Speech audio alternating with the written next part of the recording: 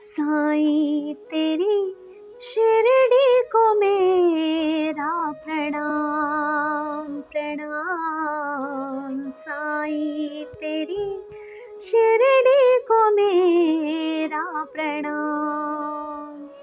मिट्टी लगाई सर पे किस्मत बदल गई। मिट्टी लगाई सर पे किस्मत संवर गई। झोली थी खाली मेरी झोली ये भर गई। झोली थी खाली मेरी झोली ये भर गई। सरकार साईं नाथ सुन लो मेरी पुकार। साईं तेरी शिरडी को मेरा प्रणाम प्रणाम। साईं तेरी शिरडी को मेरा प्रणाम। ओम साई राम, जय साई राम। मैं अनुभूति आप सभी लोगों का हार्दिक अभिनंदन करती हूँ साई अनुभूति चैनल में। और बस इतना ही कहूँगी कि शिरडी की गलियाँ मन में उतर जाती हैं और जब आंख बंद करो शिरडी की याद और शिरडी की तड़प ऐसी उभर आती है कि बस ऐसा लगता है कि बाबा शिरडी बुला लो। हजारों भक्तों की हर दिन की यही कामना होती है कि बाबा आप मुझे शिरडी बुला लो। बहुत भक्तों की कामना होती है कि साईं काश कि तेरी शिरडी में एक छोटा सा मेरा घर होता ताकि मैं रोज़ सुबह आकर तेरी द्वारका माई के आगे बैठकर तेरा भजन कीर्तन करता, तेरी आरतियाँ सुनता, नीम वृक्ष के नीचे जाकर चक्कर लगाता, नीम वृक्ष की ठंडी ठंडी हवा का एक झोंका पूरा दिन में एक बार मेरे मन को तृप्त कर पाता। साईं की शिरडी की एक ऐसी विशेषता है कि साईं की शिरडी के जर्रे जर्रे में हमारे साईंनाथ विचरण किया करते थे। वहाँ की हर चीज़ जब जाते हैं तो बस ऐसा लगता है कि यहाँ छू के देखे, यहाँ मेरे साईं ने हाथ रखा होगा। द्वारका माई में बैठ के द्वारका माई का फर्श, द्वारका माई की दीवारें, द्वारका माई की हर चीज़ को देखते हुए बस यही लगता है साईं ने कभी यहाँ छुआ होगा, कभी यहाँ टच किया होगा। और ये तब नहीं, हमारे साईं कहीं नहीं गए, हमारे साईं आज भी जीवित हैं, चलते हैं फिरते हैं बात करते हैं। लेकिन साईं से बात करने के लिए आपके अंदर साईं को पाने की उतनी तीव्र इच्छा भी होनी चाहिए। साईं से बात करने के लिए आपका मन उतना प्योर भी होना चाहिए कि साईं आपसे बात कर सके। साईं हर सवाल का जवाब देते हैं, हर मुश्किल को आसान करते हैं, लेकिन हर मुश्किल को आसान करने के लिए अपने जीवन की कठिन परिस्थितियों में भी पूरे दृढ़ विश्वास के साथ जिसने उसके नाम को पुकारा साईं दौड़े चले आए भागे हुए। साईं सिर्फ शिरडी में निवास नहीं करते, साईं निवास करते हैं हर भक्त के दिल में। साईं निवास करते हैं हर भक्त की सांस में। साईं निवास करते हैं हमारी आँखों में, हमारे कानों में, हमारे हाथों में, हमारी जुबान पे। यदि हम साईं के नाम को सुन पा रहे हैं, बोल पा रहे हैं, साईं को देख पा रहे हैं और हमारे हाथों से कुछ अच्छा कर्म हो पा रहा है तो साईं हर पल हर क्षण हमारे साथ है। साईं को पाने के लिए ज़रूरत दीपकों की नहीं, धूप बत्तियों की नहीं, साईं को पाने के लिए ज़रूरत है आस्था की, विश्वास की, श्रद्धा और सबूरी के मंत्रों को कस के पकड़ने की। क्योंकि जिसने भी श्रद्धा और सबूरी का दामन थामा है साईं उसके साथ हर पल हर क्षण रहे हैं। हजारों अनुभूतियाँ हर दिन भक्तों को होती हैं जब साईं बड़ी से बड़ी मुसीबत से निकालते हैं। ऐसी ही एक अनुभूति मैं आप लोगों के साथ शेयर करती हूँ। हमारी एक साईं डिवोटी हैं श्रुति। श्रुति बाबा को बहुत प्यार करती हैं। श्रुति एक इंडिविजुअल गर्ल चाइल्ड थी, यानी अपने माँ बापों की इकलौती बेटी। परिस्थितियों वश उनके पापा ईश्वर में विलीन हो गए। अब उनका सफ़र अकेले बढ़ा। धीरे धीरे जीवन आगे बढ़ रहा था, उम्र बढ़ रही थी, लेकिन एक अच्छा जीवन साथी जिसकी तलाश थी वो नहीं मिल रहा था। आगे बढ़ते बढ़ते उम्र के एक ऐसे पड़ाव पे पहुंच गए जहाँ पर डर लगने लगा कि जीवन साथी मिलेगा या नहीं मिलेगा। लेकिन हर दिन बाबा से यही कामना उनकी मम्मी और वो करा करती थी। ऐसे ही एक दिन वो टकरा गई साईं अनुभूति चैनल पे, और साईं अनुभूति चैनल से बार बार जब उन्होंने ये सुना कि है एक ऐसा धाम जहाँ के सेवक को इतनी ब्लेसिंग है कि वहाँ के दर से जुड़ के लोगों के बहुत सारे काम बन जाते हैं, जिनकी सूनी गोद है उनकी गोद भर जाती है, बड़ी से बड़ी बीमारियों से लोग निजात पा जाते हैं यदि मन में श्रद्धा और विश्वास है।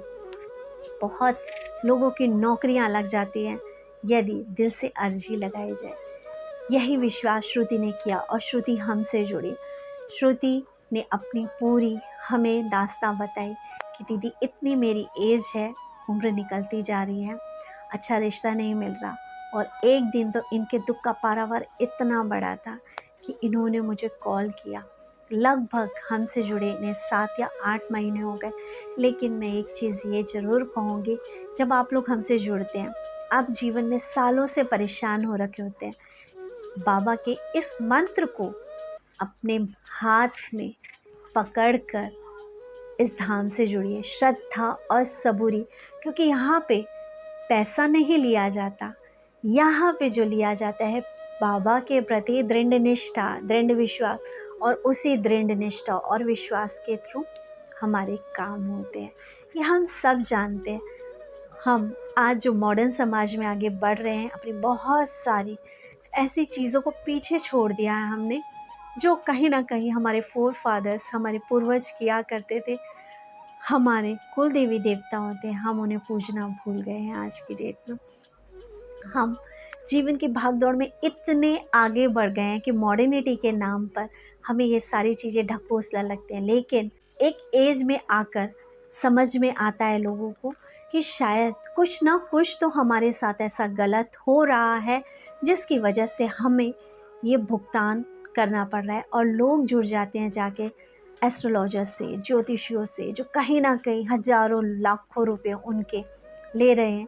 ऐसी हमारी एक साईं डिवोटी हैं कविता सिन्हा जी, उन्होंने बताया कि बेटा मैं जब से तुमसे जुड़ी हूँ मेरे जीवन को एक शांति मिली है। तुम मुझे जीवन के उस पड़ाव पे मिली जब मेरी एज बहुत काफ़ी हो गई, और मैं आज रोक रोक के सिर्फ यही सोचती हूँ कि काश बेटा तुम मुझे पहले मिल जाती तो कितना अच्छा होता।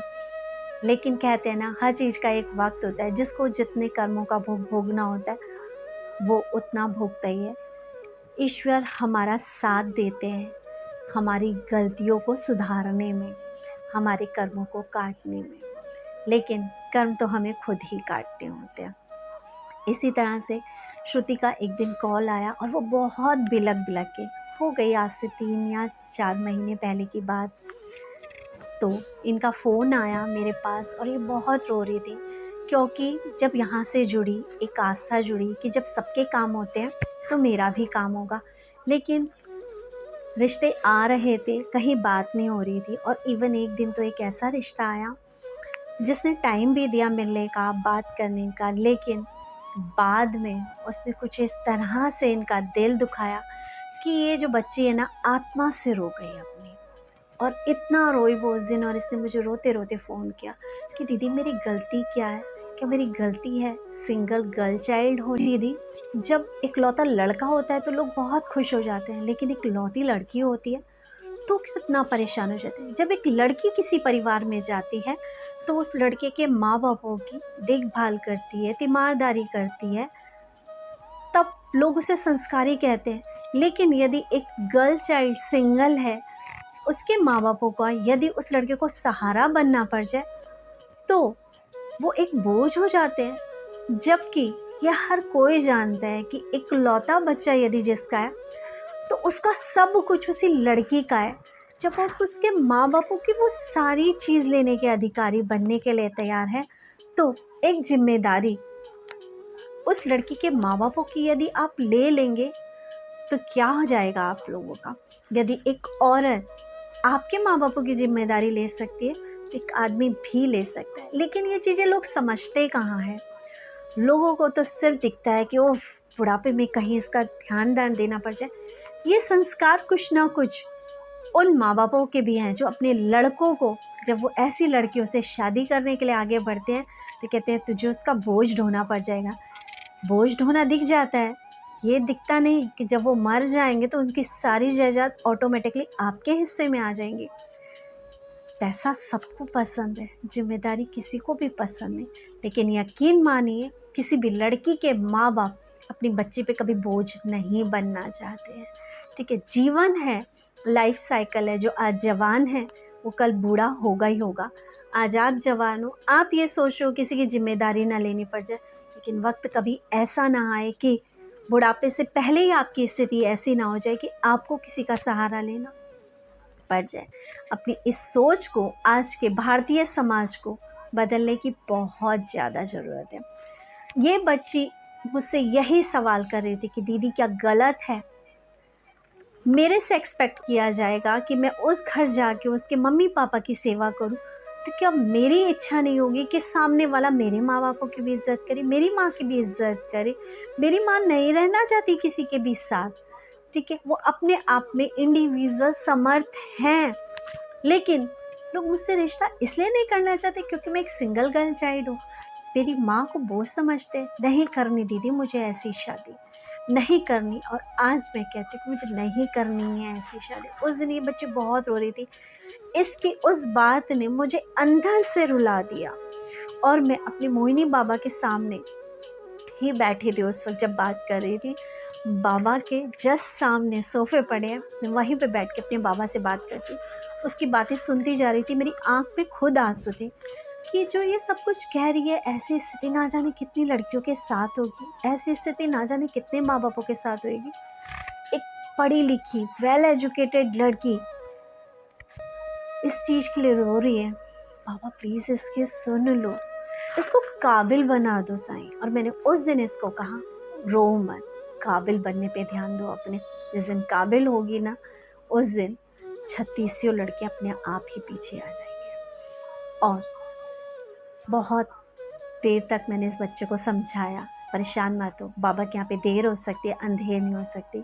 उस दिन शायद, मैं हमेशा कहती हूँ ना, जिस दिन आपका दुख यहाँ तक पहुँचेगा, उस दिन एक ऐसी साईं लीला होगी जिसकी आप एक्सपेक्टेशन भी नहीं कर सकते। और ऐसी ही साईं लीला इसके साथ हुई।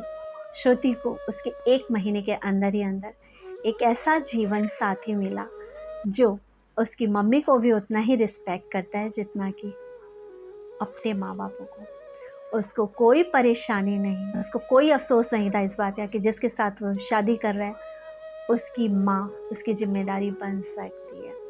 पढ़े लिखे वेल एजुकेटेड बंदे के साथ, एक अच्छी कंपनी में काम करते हुए बंदे के साथ इसकी शादी हुई। और मैं धन्यवाद देती हूँ उस माँ को, और धन्यवाद देती हूँ उस बच्चे की सोच को कि जिसने उस लड़की से शादी करी जो कहीं ना कहीं अपने जीवन की सारी आस खो चुकी थी। धन्यवाद देती हूँ अपने बादशाहपुर वाले बाबा को, जहाँ पे अर्जी लगाते वक्त बाबा अनिल भैया कहते हैं विश्वास यदि दृढ़ रखोगे तो काम जरूर पूरा होगा। और हमारी इस साईं डिवोटी की शादी हुई और इन्होंने लाइव में आकर ही अपना पूरा अनुभव हमें बताया था कि इनकी शादी किस तरह से हुई। उसके बाद इन्होंने भंडारा कराया समोसे का। मैं बस साईं से यही प्रार्थना करती हूँ कि बाबा बहुत जल्द इनके जीवन में एक नन्हा मुन्ना सा आए और अपने गृहस्थ जीवन में खुशहाली से आगे बढ़े। ऐसी ही और भी अनुभूतियाँ हैं हमारे बादशाहपुर धाम की, जहाँ पे हमारे शिरडी साईंनाथ की ब्लेसिंग्स काम करती हैं और लोगों के काम बन जाते हैं। यदि आप भी ऐसी किसी समस्या से जूझ रहे हो तो आप चैनल के साथ संपर्क कर सकते हो। इसी के साथ जिस किसी के पास भी प्यारी प्यारी अनुभूतियाँ हैं वो चैनल के साथ शेयर करें। ओम साई राम, जय साई।